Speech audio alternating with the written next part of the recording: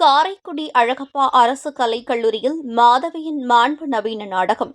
தமிழ்நாடு இயல் இசை நாடக மன்றம் மற்றும் யாக்கை மகிழ்வரங்கம் இணைந்து வழங்கிய மாதவியின் மாண்பு என்கின்ற நவீன நாடகம் காரைக்குடி அழகப்பா அரசு கலைக்கல்லூரியில் தன் முதல் அரங்கேற்றத்தை நிறைவு செய்திருக்கிறது. இந்நிகழ்வில் முனைவர் வசந்தி தலைமை உரை வழங்கினார். தமிழ்நாடு இசை நாடக கலைஞர்களின் மாநில பேரவைத் தலைவர் எம். பாலசுப்ரமணியன் முன்னிலை வகித்து நாடகம் குறித்து பல்வேறு அரிய செய்திகளை மாணவர்களுக்கு எடுத்துரைத்ததோடு மாணவியின் மாண்பு நாடகத்தை ஆராய்ந்து பாராட்டினார்.